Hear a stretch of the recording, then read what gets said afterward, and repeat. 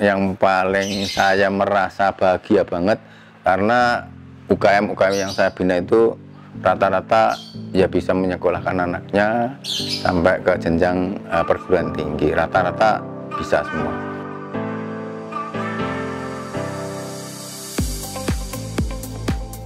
Saya ke Jakarta tahun 77 ngikut saudara, itu tempatnya di Glodok. Waktu itu saya ngikut saudara, ikut dagang mie. Karena saya tidak punya pendidikan formal, maka dari itu saya ngikut saudara 2 tahun. Setelah 2 tahun saya misah ke Tanah Abang. Setelah di Tanah Abang saya dagang diri. Puji Tuhan, di situ saya mulai lancar. Dari 5 kilo sudah naik sampai 15 kilo. Ambil mie-nya tetap di Glodok. Waktu itu sering kejadian ditodong di mikrolet karena waktu itu ngambil mie-nya lewat mikrolet.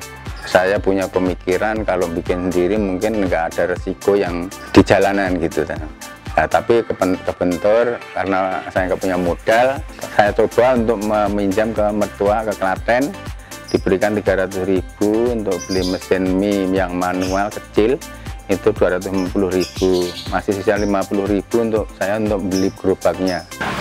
Awal 81 saya udah bikin mie sendiri untuk pakai sendiri. Udah mulai baik, punya untung sedikit-sedikit, ada saudara dari kampung, saya ajak ke sini untuk dagang. Tambah gerobak, waktu itu sudah puluhan lah, gerobaknya udah puluhan, dan saya udah punya bisa membeli tempat kecil-kecilan di Bendungan Hilir, makanya tahun 84 saya pindah di Pejompongan, persisnya di Jalan Penjernian. Waktu sampai di Pejompongan itu 84 saya ikut keanggotaan Koperasi Bendungan Hilir, tingkatnya tingkat KSU, belajar manajemen pembukuannya dan cara-cara pemasarannya. Tahun 94 itu setelah 35 hari dikunjungi Pak Menteri, saya dapat musibah kebakaran yang mana habis semuanya. Kebakaran ya aku sedih banget lah, namanya aku nggak punya rumah, nggak punya apa-apa. Terus pas kebakar tuh bapak di sini, bapak nggak tahu, ada pokoknya saya ketakutan deh mas gitu, saya sedih banget. Mau gimana, anak kecil, mau ngontrak nggak punya uang. Saya pikiran saya itu tetap aku semangat bekerja bikin mie terus. Aku tetap semangat, aku nggak nyerah gitu loh. Habis kebakaran itu ternyata itu aku bisa begini lagi. Itu aku terima kasih banget. Tuhan itu bisa mendukung saya. Itu sosok bapak itu kayak malaikat. Senang membantu seorang orang yang apa ya mas, yang kira-kira kesusahan lah kalau bapak ya, tapi saya dukung dari belakang. Selanjutnya saya ada di sini ya mulai dari nol lagi, dengan berjalannya waktu mulai saya rintis lagi, pelanggan saya yang tadinya udah pada kabur itu kembali lagi. Nah waktu itu tahun 2010 saya ngikut masuk keanggotaan di grup Garmiro, UKM Garmiro yang dibina oleh Bukasari langsung untuk memajukan UKM agar maju, diberikan cara membuat izinnya, cara-cara pemasarannya dan lain sebagainya, itu berikan nama Bukasari. Dan terakhir ini sampai label halal pun diurusin sama Bukasari. Sebetulnya kalau dibilang yang membesarkan saya juga termasuk Bukasari, ngikut memberikan support yang luar biasa. Saya berkolaborasi dengan RT, RW, sampai kecamatan, sampai wali kota untuk pembinaan UMKM. Karena saya mengalami sendiri waktu emang yang namanya hidup itu kan susah, itu pasti ya itulah yang saya rasakan.